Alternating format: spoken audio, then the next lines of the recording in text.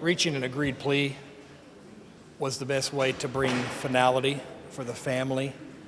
When we factored in everything from the complexity of the case, the length of time that it would have taken to take it to trial, quite frankly, the age of the defendant here, he's 72 years old, and weighing in all those factors, it was our considered judgment that this was the best way to bring these family members some finality, some sense of justice under the law.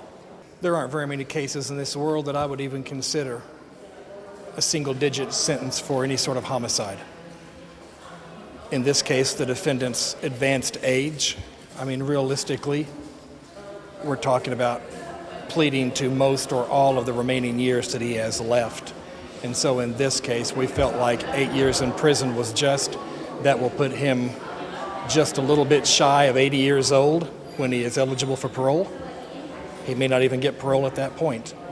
And all things considered, that means he will spend perhaps the rest of his life, certainly nearly the rest of his life in prison. And on the flip side, the family gets immediacy, finality. They don't have to worry about picking up the newspaper every morning for the next few years to see if some appellate court has reversed a jury sentence. They don't have to go through the arduous agony of a jury trial. And perhaps most of all, they get this justice quickly in a much more timely fashion rather than being strung out for another 2 or 3 years. The overwhelming majority of doctors who prescribe these very dangerous narcotics do so in the most noble fashion.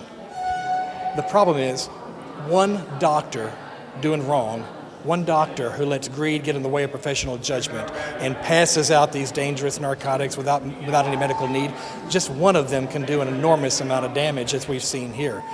We had 8 victims that he pled guilty to murdering, and there were others that we didn't even charge. Because of the press of time, we simply had to get the charges ready. So I hope the message here is that doctors who would put the dollar ahead of patient safety, doctors who don't think that they are subject to criminal laws when they prescribe outside the boundaries of the law, I hope they rethink that now. I hope they understand that they stand in a position to kill people. And when they do, that's murder.